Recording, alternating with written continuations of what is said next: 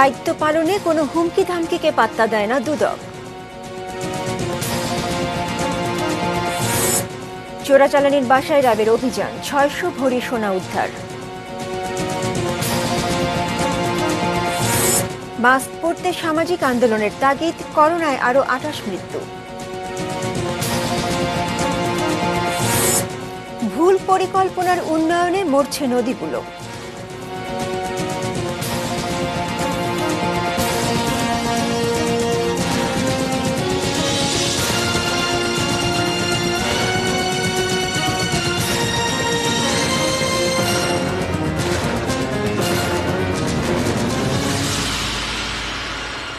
দেখছেন ATN news, সন্ধ্যা ৬টার news আওয়ারে সঙ্গে আছি আমি উর্মি আহসান। শুনছিলেন সংবাদ শিরোনাম। VSL, Angle, Channel, HB, VSL, Vikrampuর Steel Limited। এবারে পুরো সংবাদ। কোনো হুমকি ধামকি আইনি দায়িত্ব পালনে নিবৃত্ত করতে পারেনি বলে দাবি করেছেন দুদক চেয়ারম্যান ইকবাল মাহমুদ। আর দুদক কমিশনার ডক্টর মোজাম্মেল হক খান বলেছেন, সরকারের সদিচ্ছায় দুর্নীতি দমন কমিশন এখন শক্তিশালী। পৃথক অনুষ্ঠানে তারা এই কথা বলেন। শনিবার ছিল দুদকের ষোড়শ প্রতিষ্ঠাবার্ষিকী। এ উপলক্ষে কমিশনের প্রধান কার্যালয়, বিভাগীয় ও সমন্বিত জেলা কার্যালয়ের ঊর্ধ্বতন কর্মকর্তাদের সাথে ভার্চুয়াল আলোচনায় অংশ নেন দুদক চেয়ারম্যান। তিনি বলেন, করোনার এই মহাসংকটকালেও দেশের দুষ্টচক্রের কালো হাত থেমে নেই। সংকটের এমন সময়েও ঝুঁকি নিয়ে কাজ করছেন দুদকের কর্মকর্তা কর্মচারীরা। তিনি জানান, এ সময় দায়িত্ব পালন করতে গিয়ে দুদকের ৭০ জনেরও বেশি কর্মকর্তা কর্মচারী আক্রান্ত হয়েছেন। ৩ জন প্রতিশ্রুতিশীল সহকর্মীকেও হারিয়েছে কমিশন। এদিকে অন্য একটি অনুষ্ঠানে দুদক কমিশনার ডক্টর মোজাম্মেল হক খান বলেন, দুদক এখন শক্তিশালী। দুর্নীতি দমন কমিশন যে শক্তিশালী হয়েছে, যেটি আগের যে অবস্থায় ছিল সেই অবস্থার থেকে যে এই বিশাল উত্তরণ, এটিও কিন্তু সরকারের সদিচ্ছার কারণে হয়েছে এবং কমিশন এখন অনেক শক্তিশালী। আমি যেগুলো আগে অনেক সময় বলেছি, আজকের বক্তারা সেগুলোর সূত্র ধরে আমাদেরকে আলোকপাত করার চেষ্টা করেছেন যে দুর্নীতি দমন কমিশন এখন শুধুমাত্র দন্তহীন বাঘ সেরকমটি নয়। দুর্নীতি দমন কমিশন এখন অনেক শক্তিশালী। বাঘের এই হুঙ্কারও এখন মানুষের জন্য ভীতিকর। ডিবেট ফর ডেমোক্রেসির অনন্য এ আয়োজনের বিষয় ছিল দুর্নীতি প্রতিরোধে সরকারের সদিচ্ছা। ছায়া সংসদে সরকারি দলে ভূমিকা ছিল ঢাকা ইন্টারন্যাশনাল ইউনিভার্সিটি এবং বিরোধী দলে BGMEA university of fashion and technology. যেখানে দুর্নীতি, সেখানে আমাদের সরকার তার কঠোর পদক্ষেপের কারণে দুর্নীতি নিয়ন্ত্রণে সমর্থ হচ্ছে। মাননীয় স্পিকার, দুর্নীতি বিষয়ে সাধারণ মানুষের পর্যবেক্ষণ মূল্যায়নে দুদকের একটি বিশেষ সেল স্থাপনের পরামর্শ উঠে আসে এই অনুষ্ঠানে। দুর্নীতি দমন কমিশনের একটা শক্তিশালী সেল থাকা দরকার, যারা কমিশনের কাজের উপর সাধারণ মানুষের পর্যবেক্ষণকে মূল্যায়ন করবে। সাধারণ মানুষ তাদের পর্যবেক্ষণ দিবে, সেই সেল মূল্যায়ন করবে, সেই মূল্যায়নের ভিত্তিতে সেই কার্যক্রমকে আরো তারা গতিশীল করবে বলে আমরা মনে করি। প্রতিদ্বন্দ্বীপূর্ণ বিতর্কে জয়লাভ করে ঢাকা ইন্টারন্যাশনাল ইউনিভার্সিটি। যারা প্রস্তাবের পক্ষে আছে তারা হা বলুন, প্রস্তাবের পক্ষ দল হা বলুন। তাহিদ সৌরভ, এটিএন নিউজ, ঢাকা। তার শুরুটা ছিল কাপড়ের দোকানের সেলসম্যান হিসেবে। তারপর কখনো বিমানবন্দরে ট্যাক্স ফাঁকি দিয়ে লাগেজ বহন, কখনো বা জড়িয়েছেন সোনার চোরা কারবারে। জাল জালিয়াতি করে হাজার কোটি টাকার সম্পদের পাহাড় গড়ে তোলেন গোল্ডেন মনির। অবশেষে ধরা পড়লেন র্যাবের হাতে। শীতের আমেজেই শুক্রবার রাতে ঘুমিয়ে পড়েন রাজধানীর মেরুলবাড্ডার বাসিন্দারা, কিন্তু ঘুম নেই সেখানকার গোল্ডেন ভবনের বাসিন্দাদের। রাতেই ভবনটিতে অভিযান চালায় র্যাব। টানা 11 ঘন্টার অভিযানে বেরিয়ে আসে অবৈধ অর্থ সম্পদ, সোনা গয়না, আরও কত কি, যেখানে মেলে ৬০০ ভরি স্বর্ণ, একটি অবৈধ পিস্তল ও গুলি, 10টি দেশের ৯ লাখ টাকার মুদ্রা, নগদ ১ কোটি ৯ লাখ টাকা এবং অনুমোদন না থাকা 2টি বিলাসবহুল গাড়ি। এসব সম্পদের সন্ধান মেলে যার কাছে, সেই গোল্ডেন মনির কিভাবে সম্পদের পাহাড় গড়েন। সে একজন হুন্ডি ব্যবসায়ী, স্বর্ণ চোরাকারবারি এবং ভূমির দালাল। ট্যাক্স ফাঁকি দিয়ে বিপুল পরিমাণ স্বর্ণ বাংলাদেশে উনি আমদানি করেন, যার ফলশ্রুতিতে তার নাম হয়ে যায় গোল্ডেন মুনির। আসলে কে এই মুনির? 90-এর দশকে কাপড়ের দোকানের সেলসম্যান হিসেবে পথ চলা শুরু হয় তার। এরপর লাগেজ পার্টি থেকে স্বর্ণ চোরাচালানের ব্যবসা। চোরাচালানের রুট হিসেবে ঢাকা, সিঙ্গাপুর, ভারতকে বেছে নেন তিনি। র্যাবের অভিযানে তার মালিকানায় থাকা একটি গাড়ির শোরুমেরও সন্ধান মেলে, যেখানে শুল্কমুক্ত গাড়ি এনে বিক্রি হয় চড়া দামে। কার সিলেকশন থেকেও আমরা 3টি বিলাসবহুল অনুমোদনবিহীন গাড়ি আমরা জব্দ করতে সক্ষম হয়েছি। জাল জালিয়াতির এখানেই শেষ নয়। ভূমিদস্যু হিসেবেও নাম লেখান গোল্ডেন মনির। তার 1050 কোটি টাকার অবৈধ সম্পদের তথ্য র্যাবের হাতে।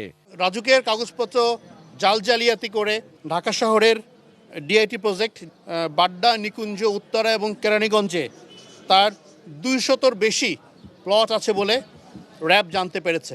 উত্তরার জমজম টাওয়ারের মালিক এই মনির হোসেন ওরফে গোল্ডেন মনিরের বিরুদ্ধে অস্ত্র, মাদক ও বিশেষ ক্ষমতা আইনে 3টি মামলা দায়ের করছে র্যাব।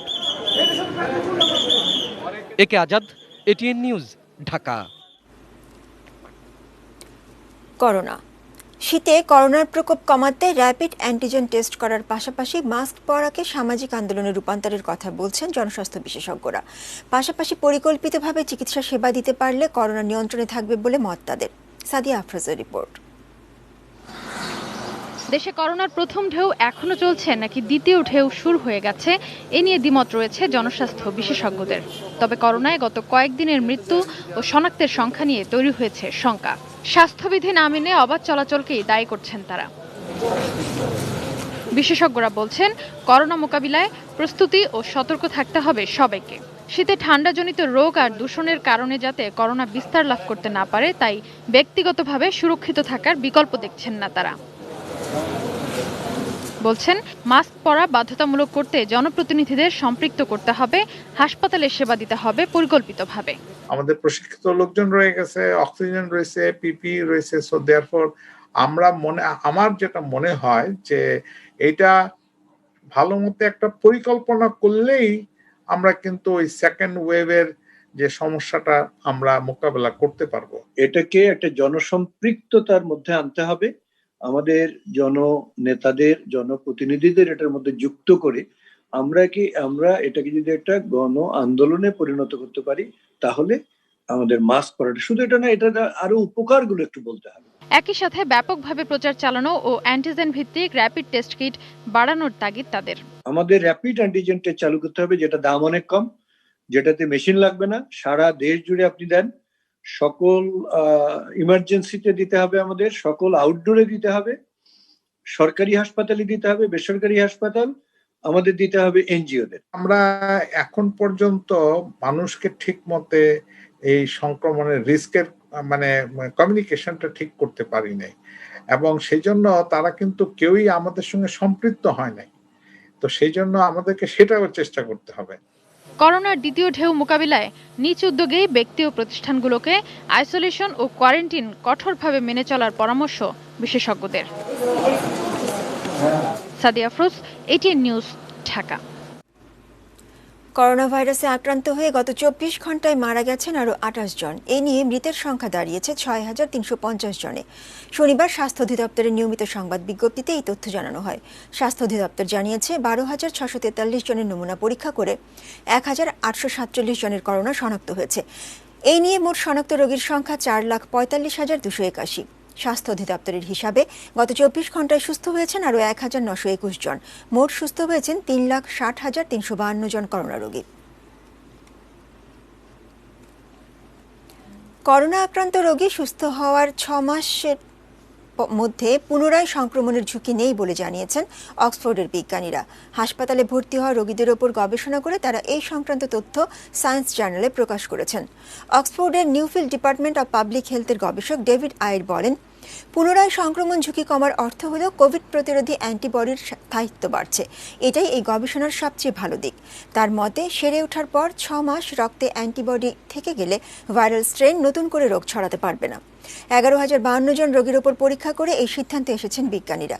গবেষকরা বলছেন, ভাইরাসের সঙ্গে লড়াই করতে গিয়ে মানব শরীরে রোগ প্রতিরোধ ক্ষমতা ধীরে ধীরে বাড়ছে, তাই অ্যান্টিবডির স্থায়িত্বও বাড়ছে।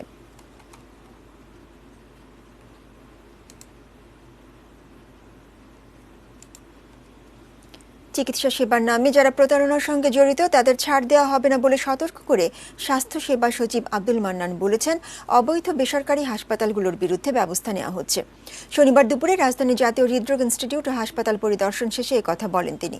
হাসপাতালের মেঝেতে চিকিৎসাধীন রোগীরা যাতে শয্যায় থাকতে পারেন সেজন্য স্বাস্থ্য সেবা সচিব সম্প্রসারিত ভবনের কাজ দ্রুত শেষ করার তাগিদ দেন।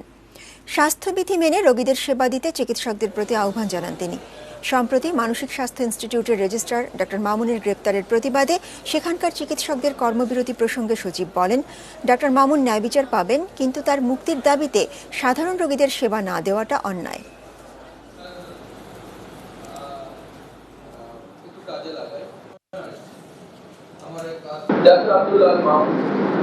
তিনি ন্যায় বিচার থেকে বঞ্চিত হবেন। তার যদি কোনো সংশ্লেষ না থাকে, সংশ্লিষ্টতা না থাকে, তিনি অবশ্যই মুক্তি পাবেন। এবং আব্দুল্লাহ মামুনকে কেন্দ্র করে আপনারা আন্দোলন করে যাচ্ছেন, কোন ট্রিটমেন্ট করছেন, এর কারণে কয়েকজন রোগী মারা গেছে, এই দায়কে এটা করা যায়। প্রাইভেট হসপিটাল গুলো, ক্লিনিক গুলো, যা মানুষকে যেভাবে সাফার করাচ্ছে, এগুলো এত বড় সুযোগ সুবিধা সরকার করে দেওয়ার পরে এগুলো সরকার বেশি দিন সহ্য করবে। রাজধানীর মাইন্ডএইড হাসপাতালে পুলিশের জ্যেষ্ঠ সহকারী পুলিশ কমিশনার আনিসুল করিম হত্যার ঘটনায় কোনো নির্দোষ ব্যক্তিকে হয়রানি করা হবে না বলে জানিয়েছেন তেজগাঁও বিভাগের উপকমিশনার হারুনুর রশিদ। নিজ কার্যালয়ে আয়োজিত সংবাদ সম্মেলনে তিনি একথা বলেন। তিনি জানান, আনিসুল করিম হত্যা মামলার তদন্ত চলছে। দোষীদের বিচারের আওতায় আনতে সব দিক বিশ্লেষণ করেই এগোচ্ছে পুলিশ। তদন্তে গোয়েন্দা পুলিশও নজর রাখছে।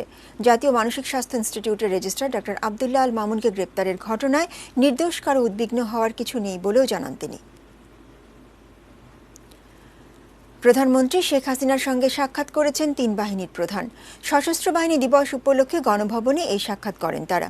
এর আগে সশস্ত্র বাহিনী দিবস উপলক্ষে ঢাকা সেনানিবাসের শিখা অনির্বাণে রাষ্ট্রপতি ও প্রধানমন্ত্রীর পক্ষে শ্রদ্ধা জানানো হয়েছে।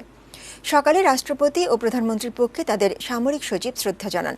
1971 সালের মহান স্বাধীনতা যুদ্ধে আত্মোৎসর্গকারী সশস্ত্র বাহিনীর সদস্যদের স্মৃতির প্রতি শ্রদ্ধা জানিয়ে 21 নভেম্বর সশস্ত্র বাহিনী দিবস পালন করা হয়। সকালে সেনাবাহিনী প্রধান জেনারেল আজিজ আহমেদ, নৌবাহিনী প্রধান অ্যাডমিরাল মোহাম্মদ শাহিন ইকবাল এবং বিমান বাহিনী প্রধান air chief marshal Masihuzzaman Serniabat নিজ নিজ বাহিনীর পক্ষ থেকে শিখা অনির্বাণে শ্রদ্ধা জানান।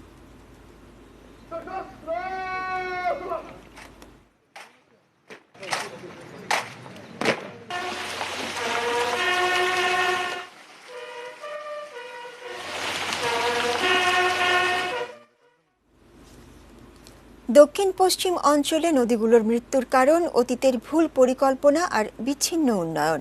মরা নদীকে বাঁচাতে নেওয়া উদ্যোগগুলো কাজে আসছে না। নদীপাড়ের মানুষ বলছেন, নদীর নাব্যতা ফেরাতে হলে সবার আগে দরকার এই অঞ্চলে নদীর চরিত্র বোঝা। দক্ষিণ পশ্চিম অঞ্চলের নদী ও জীবন নিয়ে ফেরদৌস রহমানের 6 পর্বের ধারাবাহিকের আজ দেখুন 4র্থ পর্ব। ছবি তুলেছেন ইসমাইল হোসেন। দেশের অন্য নদীগুলোর সঙ্গে উপকূলের নদীর একটা বড় পার্থক্য জোয়ার ভাটা। উজানের নদীগুলোর পানি প্রবাহ যেখানে একমুখী, জোয়ার ভাটার প্রভাবে উপকূলীয় নদীগুলোতে পানি প্রবাহ সেখানে দ্বিমুখী।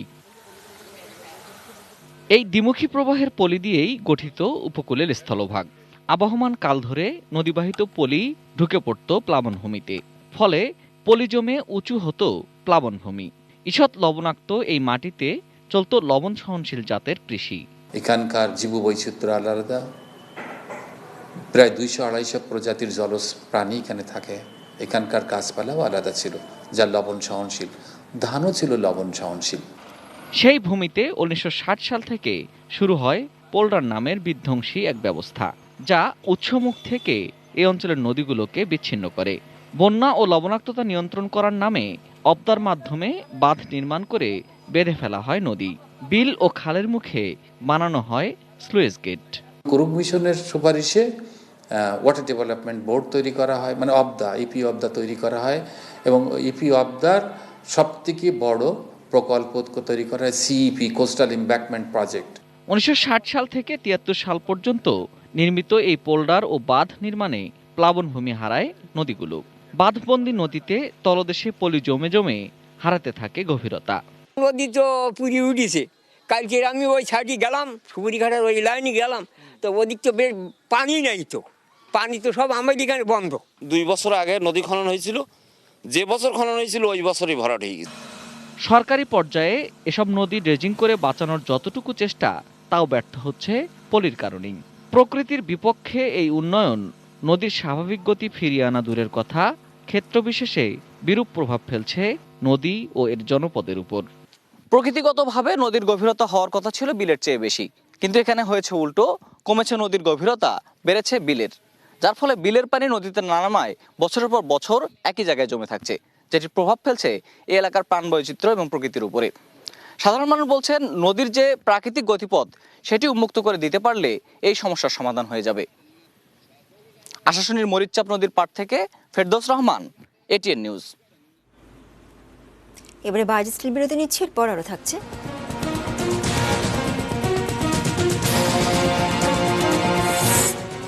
আটত্রিশতম স্প্যানে আজ পদ্মা সেতু 6.25 কিলোমিটার।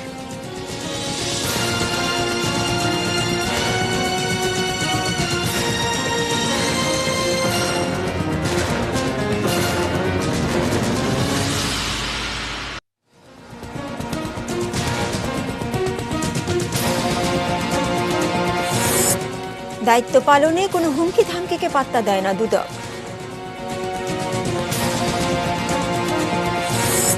চোরাচালানির বাসায় র্যাবের অভিযান, 600 ভরি সোনা উদ্ধার।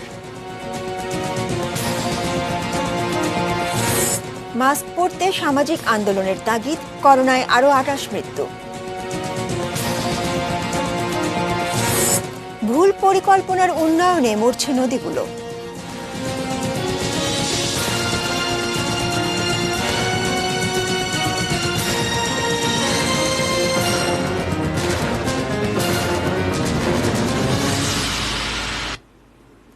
বিরতির পর আবারও আমন্ত্রণ জানাচ্ছি সন্ধ্যা 6টার নিউজ আওয়ারে। মুন্সিগঞ্জের মাওয়া প্রান্তে পদ্মা সেতুর 1 ও 2 নম্বর পিলারের ওপর 38তম স্প্যান বসানো হয়েছে। এর মধ্য দিয়ে সেতুটির 6.25 কিলোমিটার দৃশ্যমান হলো। সকালে মাওয়ার কুমারভোগে কনস্ট্রাকশন ইয়ার্ড থেকে 150 মিটার দৈর্ঘ্যের 1A স্প্যানটি পিলারের কাছে নিয়ে যাওয়া হয়। দুপুর 2:35 পিলার দুটোর ওপর বসানো হয় স্প্যানটি। পদ্মা সেতুর নির্বাহী প্রকৌশলী দেওয়ান মোহাম্মদ আব্দুল কাদের জানান, 37তম স্প্যান 2C বসানোর 9 দিনের মাথায় 38তম স্প্যান 1A বসানো হলো। অন্যান্য খুঁটির চেয়ে 1 নম্বর খুঁটির গঠন আলাদা, তাই 1 নম্বর খুঁটিতে 16টি পাইল স্থাপন করা হয়েছে। 2 নম্বর খুঁটিতেও 7টি পাইল স্থাপন করা হয়। 1 নম্বর খুঁটির ওপর দিয়ে সেতুতে গাড়ি ও ট্রেন প্রবেশ করবে।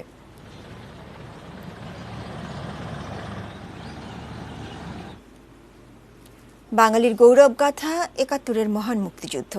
রক্তক্ষয়ী সেই ইতিহাসের আছে নানা বাঁক, আছে আত্মত্যাগের নানা ঘটনা প্রবাহ। কিন্তু সবসময় চলছে ইতিহাসকে বিকৃতির অপচেষ্টা। সঠিক তথ্য আর ইতিহাস বিকৃতি থামাতে এবার প্রকাশিত হচ্ছে মুক্তিযুদ্ধ জ্ঞানকোষ। 10 খণ্ডের এই জ্ঞানকোষ হাতে খুঁজে নিতে পারেন আপনার প্রশ্ন, সংশয়ের উত্তর। জানাচ্ছেন আরিফ হোসেন।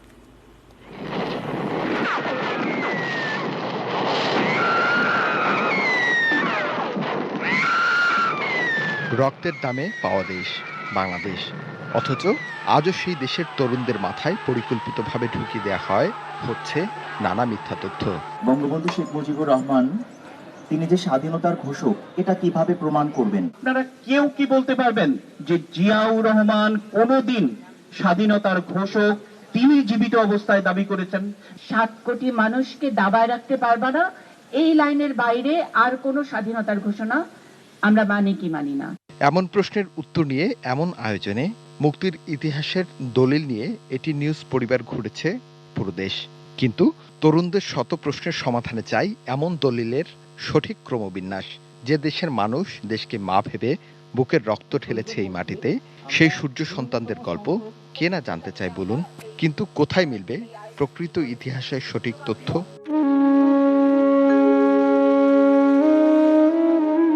স্বাধীনতার 47 বছর পর মুক্তিযুদ্ধের অজানা তথ্য, প্রেক্ষাপট, সূচনা, সাহসী বাঙালির বীরত্ব গাথা, আত্মত্যাগ, বিদেশি বন্ধু, প্রবাসী বাংলাদেশিদের পদক্ষেপ সহ খুঁটিনাটি বিষয় নিয়ে বাংলাদেশ এশিয়াটিক সোসাইটি প্রস্তুত করেছে মুক্তিযুদ্ধ জ্ঞানকোষ, যেখানে পাকিস্তানের বঞ্চনা, শোষণ থেকে মুক্তির রক্তাক্ত ঘটনার প্রবাহ নিয়ে 3000 আর্টিকেল স্থান পেয়েছে। সব বয়সীদের বাংলায় মুক্তির পথ নিয়ে যত প্রশ্ন, তার সমাধান মিলবে মুক্তিযুদ্ধ জ্ঞানকোষের 10টি খণ্ডে। আর বিশাল এই কর্মযজ্ঞের গ্রহণযোগ্যতা, দালিলিক প্রমাণ হাজির করতে একসাথে কাজ করেছে 500 গবেষক। আমাদের যে মহান মুক্তিযুদ্ধ, এবং সেই মহান মুক্তিযুদ্ধ যে ছিল একটি গণযুদ্ধ, সমগ্র জাতি যে সেই যুদ্ধে যুক্ত হয়েছিল, এবং শুধু বাংলাদেশের মানুষ নয়, সারা বিশ্বের সাধারণ মানুষ কিভাবে বাংলাদেশের মুক্তিযুদ্ধের সমর্থনে তারা তাদের অবস্থান গ্রহণ করেছেন বাংলাদেশ মুক্তিযুদ্ধ জ্ঞান কোষে তুলে ধরা হয়েছে। আলোর নিচে যেমন অন্ধকার, তেমনি মুক্তির গৌরবের নিচে সবসময় ঘাপটি মেরে থাকা মুক্তিযুদ্ধের বিপক্ষের অপশক্তি। এই জ্ঞানকোষ সেই অপশক্তি রুখতে হাতিয়ার হবে এমন বিশ্বাস বিশ্লেষকদের। ইতিহাস বিকৃতি যারা করেছে তাদের বিরুদ্ধে এটা হবে একটা বড় ধরনের হাতিয়ার, এবং এটা পাঠ করার পরে আমি তো মনে করি যে একটা নতুন দিগন্ত উন্মোচিত হবে, মানুষের চক্ষু খুলে যাবে। বইটির মুদ্রণ শেষ হয়েছে, প্রাক প্রকাশনা বিক্রির দিন বাড়িয়ে 30 নভেম্বর পর্যন্ত করা হয়েছে। ডিসেম্বরে প্রধানমন্ত্রী শেখ হাসিনা বইটির মোড়ক উন্মোচন করবেন। এরপর সাধারণ মানুষের হাতে হাতে পৌঁছে যাবে বইটি। Arif Hossain, ATN news, Dhaka.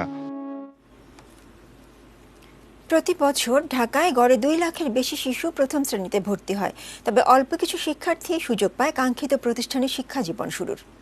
তাহলে কি মানসম্মত শিক্ষা প্রতিষ্ঠানের অভাব? বিস্তারিত মনিরুল ইসলাম মিন্টুর রিপোর্টে। লটারি না পরীক্ষা, স্কুলে ভর্তির ক্ষেত্রে এখনো সরকারি নির্দেশনা না আসলেও শুরু হয়েছে অভিভাবকদের দৌড়ঝাঁপ। রাজধানীতে 42টি সরকারি হাই স্কুল এবং 342টি সরকারি প্রাথমিক বিদ্যালয়, বেসরকারি স্কুল, কিন্ডারগার্টেন এবং ইংরেজি মাধ্যম মিলিয়ে আরও কয়েক হাজার। কিন্তু হাতে গোনা কয়েকটি প্রতিষ্ঠানে ভর্তির জন্য রীতিমতো যুদ্ধ করতে হয় অভিভাবকদের। ওদের যে পড়ালেখার স্ট্যান্ডার্ড সেটা সব স্কুল ফলো করতে পারে না। ওদের যে কম্পিটিশন বাচ্চাদের এবং ওদের যে পড়ালেখার সিস্টেম সেটা সব স্কুলে নাই। সবাই চায় যে একটা ভালো স্কুলে তার সন্তান পড়ুক, বড় হোক, তার জীবনটা মেধাটা বিকাশ ঘটুক। সেই সুবাদে আসলে আমাদের হাতে গোনা কয়েকটাই আছে। লটারির মাধ্যমে অনেক দুর্বল শিক্ষার্থী ভর্তি হলেও অভিভাবকদের সচেতনতার কারণে সেই শিক্ষার্থীদের টেক কেয়ারটা ভালো হয়, নার্সিংটা ভালো হয়। আর স্কুলের একটা সুন্দর পরিবেশও এখানে আছে, যেমন একটা বিশাল মাঠ। দিনে দিনে 100 মায়ের শীর্ষে থাকা স্কুলগুলো হারিয়েছে মান। ফলে চারদিকে অনেক শিক্ষা প্রতিষ্ঠান থাকলেও অভিভাবকদের নজর কয়েকটি প্রতিষ্ঠানের দিকে। নামি দামি শিক্ষা প্রতিষ্ঠান, যাদেরকে আমরা ভালো শিক্ষা প্রতিষ্ঠান বলি, তারা কিন্তু শুরুতেই ভর্তি পরীক্ষায় বেছে বেছে সব শিক্ষার্থী নিয়ে নেয়। ফলে দক্ষ শিক্ষক, ভৌত অবকাঠামো সব কিছু ভালো থাকার কারণে তারা কিন্তু এক সময় না এক সময় অবশ্যই ভালো শিক্ষা প্রতিষ্ঠানে পরিণত হয়। অবশ্য জালিয়াতের মাধ্যমে ভর্তি, কোচিং সেন্টার বন্ধ এবং এলাকাভিত্তিক ভালো শিক্ষা প্রতিষ্ঠানের দাবি দীর্ঘদিনের। 10টা প্রজেক্ট দেওয়ার কথা ছিল ঢাকা শহরে, 10টা ভালো শিক্ষা প্রতিষ্ঠান করবে, মডেল স্কুল করবে, কিন্তু আজ পর্যন্ত তার অগ্রগতি কতটুকু আমরা জানি না। ঢাকা আমাদের এলাকা ভিত্তিক এক একটা এলাকা, অন্তত এক একটা থানায় এক একটা করে ভালো শিক্ষা প্রতিষ্ঠান গড়ে তুলুক। শিক্ষাবিদরা বলছেন, প্রাথমিক স্তরে ভালো প্রতিষ্ঠান করতে না পারলে মানসম্মত শিক্ষা নিশ্চিত করা সম্ভব হবে না। স্কুল ম্যাপিং বলে একটা কনসেপ্ট আছে, জনসংখ্যার অনুপাতে শিক্ষা প্রতিষ্ঠান কেমন হবে তার জন্য পর্যাপ্ত স্থান সংকুলন, সেটা কিন্তু আরবান ম্যাপিংয়ে থাকা দরকার। Monirul Islam Mintu, ATN news, Dhaka. উত্তরের জেলা ঠাকুরগাঁও, সেখানে শীত আসে দ্রুত কিন্তু বিদায় নেয় দেরিতে। অন্য জেলার তুলনায় শীতের তীব্রতাও থাকে অনেক বেশি। এরই মধ্যে সেখানে জেঁকে বসেছে শীত। ঠাকুরগাঁও প্রতিনিধি ফিরোজ আমিন সরকারের তথ্য ছবিতে ডেস্ক রিপোর্ট।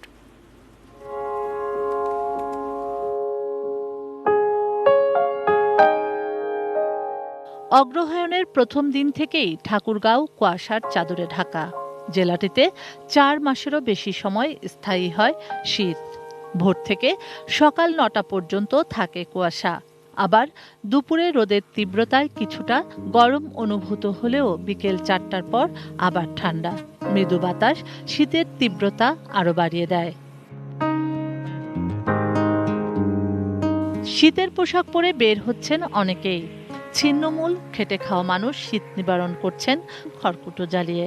আবার কেউ স্বল্প দামে গরম কাপড় কিনতে যাচ্ছেন ফুটপাতে। তবে দাম গতবারের চেয়ে বেশি বলে অভিযোগ ক্রেতাদের। ছোট বাচ্চাদের জন্য নিব, দাম বেশি করতেছেন। করোনার জন্য মাল এবার আমাদের আসেনি। আমাদের এই ঠাকুরগাঁও এলাকায় আর কি, এখানে শীত পড়ে গেছে। ওইদিকে অভাবী লোকজন অনেক আছে, এরা শীতের কাপড় চোপড় ঠিক মতন পায় না। যদি শীতের কাপড় চোপড় ঠিক মতন সহযোগিতা পায় তাহলে হয়তো এরা একটু উপকৃত হবে। স্থানীয় জনপ্রতিনিধিরা বলছেন, জেলার চাহিদার তুলনায় সরকারি বরাদ্দ খুবই কম। এক্ষেত্রে বিত্তবানদের এগিয়ে আসার আহ্বান জানান তারা। শীতটা কেমন হবে সবাই ওইটাই ভাবছি। বর্ষা যেভাবে হয়েছে, শীতও যদি ওইভাবে জাকে নামে তাহলে কিন্তু কষ্ট হয়ে যাবে খুব মানুষের। তবে জেলা প্রশাসক বলছেন, শীত দুর্যোগ হিসেবে আসলেও তা মোকাবেলায় সব ধরনের প্রস্তুতি নেওয়া হয়েছে। আমরা যে কম্বল প্রায় 25,000 কম্বল মাননীয় প্রধানমন্ত্রী দপ্তর থেকে আমরা পেয়েছি।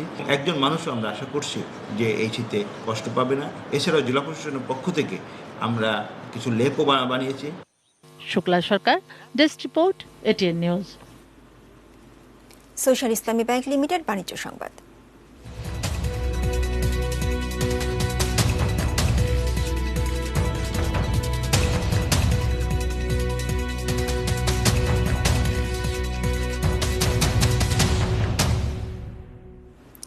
বিদেশি ক্রেতাদের আকৃষ্ট করতে সাভারে শুরু হয়েছে ডেনিম কাপড়ের প্রদর্শনী। দুপুরে সপ্তাহব্যাপী এই প্রদর্শনী উদ্বোধন করা হয়। আশুলিয়ার মির্জানগর এলাকায় অ্যারন ডেনিম মিলে প্রধান অতিথি হিসেবে প্রদর্শনীর উদ্বোধন করেন বিজিএমই এর সহসভাপতি মশিউর আলম সজল।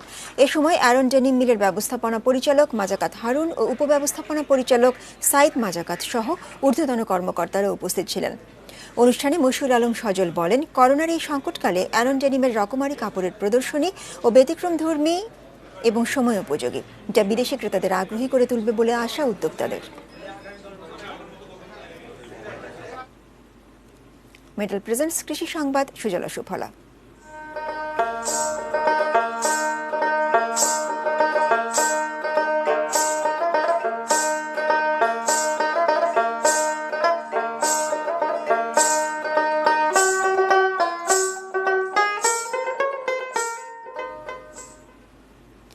রোপা আমন ধান ঘরে তুলতে ব্যস্ত সময় পার করছেন রাজশাহীর কৃষকরা। বাজারে ধান বিক্রি করে ন্যায্য মূল্যও পাচ্ছেন তারা। কৃষি সম্প্রসারণ অধিদপ্তর জানায়, এবছর 77,500 হেক্টর জমিতে রোপা আমনের চাষ হয়েছে, যা গত বছরের চেয়ে 1070 হেক্টর বেশি। বিঘা প্রতি 20 থেকে 22 মণ করে ধানের গড় ফলন হয়েছে। এবছর লক্ষ্যমাত্রার চেয়ে ধানের উৎপাদন বেশি হয়েছে। বাজারে বিক্রি হচ্ছে 1050 টাকা মণ দরে। তবে পোকামাকড়ের কারণে ধানের ফলন কিছুটা কম হচ্ছে বলে দাবি কৃষকদের। এদিকে দাম ভালো থাকায় কৃষকরা লাভবান হবেন বলে জানিয়েছেন কৃষি কর্মকর্তা।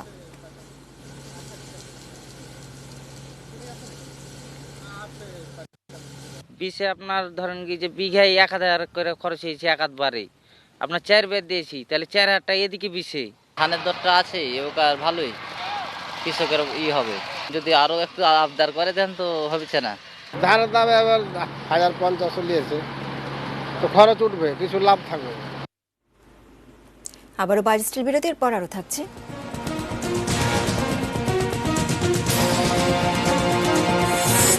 ট্রাম্পের ক্ষমতায় থাকার সুযোগ ক্ষীণ হচ্ছে।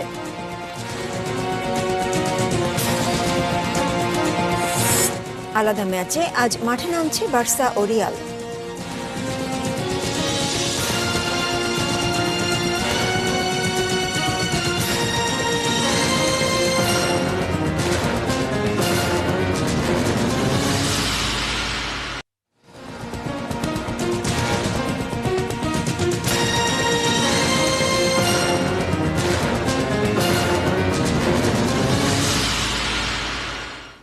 নিউজ আওয়ারে আরও একবার আমন্ত্রণ জানাচ্ছি। এখন দেশের বাইরের খবর।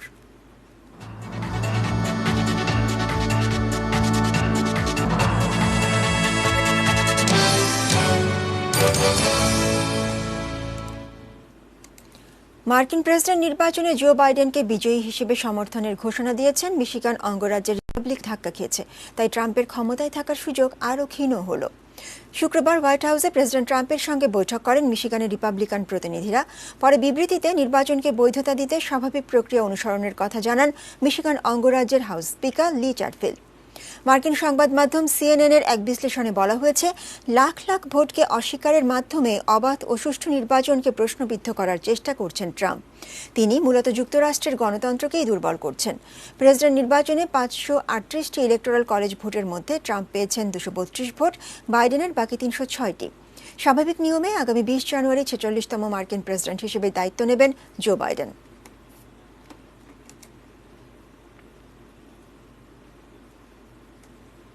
খেলার খবর।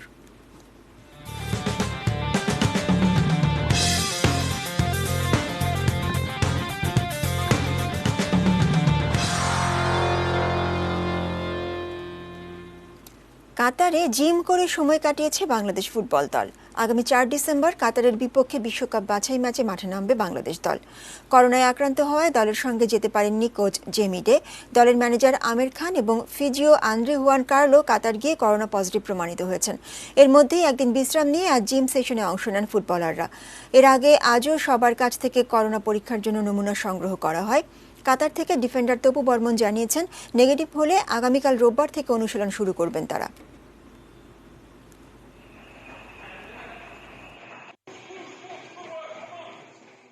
আজকে সকালে আমরা সবাই কোভিড টেস্ট দিয়েছি, স্যাম্পল দিয়েছি। দেওয়ার পরে আমরা সবাই 3 গ্রুপ বিভক্ত হয়ে আমরা জিম সেশন করেছি। সবার দোয়ায় আমরা কালকে নেগেটিভ হয়ে, সবার রেজাল্ট নেগেটিভ হওয়ার পরে আমরা মাঠে যাওয়া সিদ্ধান্ত নিব এবং মাঠে গিয়ে ট্রেনিং করব। স্প্যানিশ লা লিগায় বাংলাদেশ সময় আজ রাত 9:15টায় রিয়াল মাদ্রিদের প্রতিপক্ষ ভিয়ারিয়াল এবং রাত 2টায় বার্সেলোনা খেলবে অ্যাটলেটিকো মাদ্রিদের বিপক্ষে। এবারের লিগে স্প্যানিশ লিগের 2 জায়ান্ট রিয়াল মাদ্রিদ ও বার্সেলোনার সময়টা ভালো কাটছে না। এখন পর্যন্ত 8 ম্যাচ খেলেছে জিনেদিন জিদানের দল। মাত্র 5 ম্যাচ জিতে 16 পয়েন্ট নিয়ে টেবিলের 4র্থ স্থানে রয়েছে তারা। সবশেষ 5 ম্যাচের 3টিতে জিতেছে রিয়াল। এদিকে 9 ম্যাচে 18 পয়েন্ট নিয়ে দ্বিতীয় স্থানে থাকা ভিয়ারিয়ালের লক্ষ্য রিয়ালকে হারিয়ে শীর্ষস্থান দখল করা। অন্য আরেক ম্যাচে বার্সেলোনার চেয়ে পয়েন্ট টেবিলে অনেক এগিয়ে প্রতিপক্ষ অ্যাটলেটিকো মাদ্রিদ। 7 ম্যাচ খেলে 17 পয়েন্ট নিয়ে টেবিলের 3য় স্থানে অবস্থান করছে অ্যাটলেটিকো। বার্সাকে হারিয়ে আরও 1 ধাপ ওপরে ওঠার লক্ষ্য নিয়ে নিজেদের মাঠে বার্সাকে আতিথ্য দেবে তারা। সমান সংখ্যক ম্যাচে 3 জয়ে কাতালানদের অর্জন 11 পয়েন্ট। টেবিলের 8ম স্থানে রয়েছে কোমানের দল।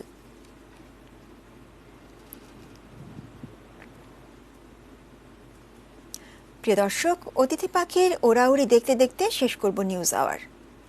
1000 মাইল পাড়ি দিয়ে এসেছে শীতের অতিথিরা। তাদের কলকাকলিতে মুখর জাহাঙ্গীরনগর বিশ্ববিদ্যালয়। করোনায় জনহীন ক্যাম্পাসে তাদের বিচরণও আগের চেয়ে স্বস্তিকর। মেজবাউদ্দিনের ক্যামেরায় রেজান ফয়েজের রিপোর্ট।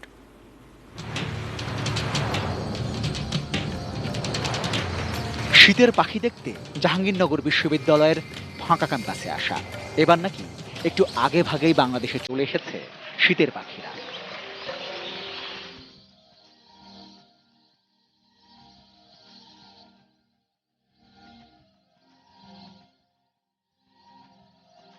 এমনিতেই জাহাঙ্গীরনগর বিশ্ববিদ্যালয়ের পরিবেশ এসব অতিথি পাখির জন্য আদর্শ। তাই প্রতি বছর এই সময়ে হিমালয়ের উত্তরের দেশগুলো থেকে হাজার হাজার মাইল পাড়ি দিয়ে প্রচুর পাখি আসে এখানকার লেকে। এবারও সেই একই ছবি।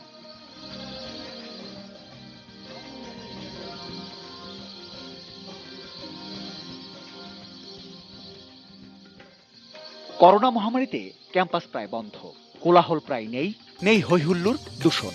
তবে বিশ্ববিদ্যালয়ের লেকের আশপাশ মাতিয়ে রেখেছে দূর দেশ থেকে আসা সব পাখিরাই।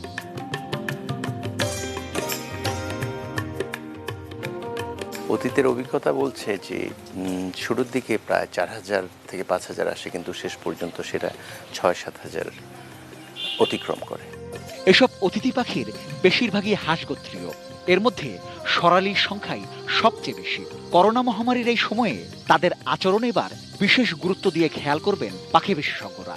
জাহাঙ্গীরনগরে পাখিদের জন্য এবারের অভিজ্ঞতা একটু ভিন্ন হবে এবং সেটা দেখবার বিষয় যে কোলাহলের মধ্যে পাখিরা কেমন থাকে, আর মানুষ ছাড়া পাখিরাও আসলে খারাপ বোধ করে কিনা, তাদের কেউ দেখুক, তারা চায় কিনা, এবার একটা পরীক্ষা হয়ে যাবে। আর প্রতি বছর এখানে পাখি মেলার আয়োজন হলেও করোনার কারণে সেই আয়োজন এবার অনেকটাই অনিশ্চিত। অতিথি পাখি এসছে বলে আপনি যদি ধরে নেন এবার দল বেঁধে পাখি দেখতে জাহাঙ্গীরনগর বিশ্ববিদ্যালয়ে আসবেন, তাহলে এখানকার দায়িত্বশীলরা কিন্তু আপনাকে বারণই করবেন। কারণ একটাই, করোনা মহামারীর ভয়। থাক না, এবছর না হয় আমরা সশরীরে পাখি দেখতে নাই আসলাম, কিংবা এবারের শীতটা মানুষের কোলাহল ছাড়া এই অতিথি পাখিরা বাংলাদেশে কাটিয়ে গেল। রেজন ফয়েজ, এটিএন নিউজ, জাহাঙ্গীরনগর বিশ্ববিদ্যালয়, সাভার। শেষ করার আগে এক নজরে শিরোনামগুলো জানিয়ে দিচ্ছি আরো একবার।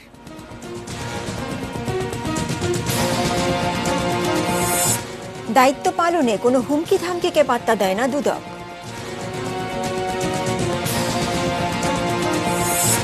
চোরাচালানির বাসায় র্যাবের অভিযান, 600 ভরি সোনা উদ্ধার। মাস্ক পরতে সামাজিক আন্দোলনের তাগিদ, করোনায় আরও 28 মৃত্যু। ভুল পরিকল্পনার উন্নয়নে মরছে নদীগুলো।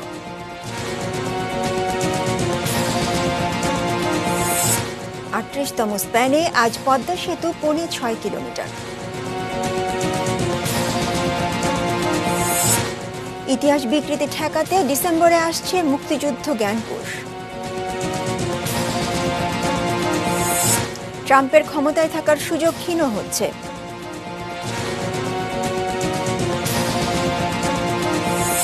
এবং আলাদা ম্যাচে আজ মাঠে নামছে বার্সা ও রিয়াল।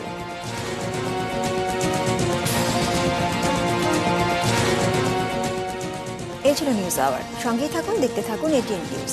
আর এটিএন নিউজের ব্রেকিং নিউজ আপনার মোবাইল ফোনে পেতে টাইপ করুন *AN এবং পাঠিয়ে দিন 5959 নম্বরে। ধন্যবাদ।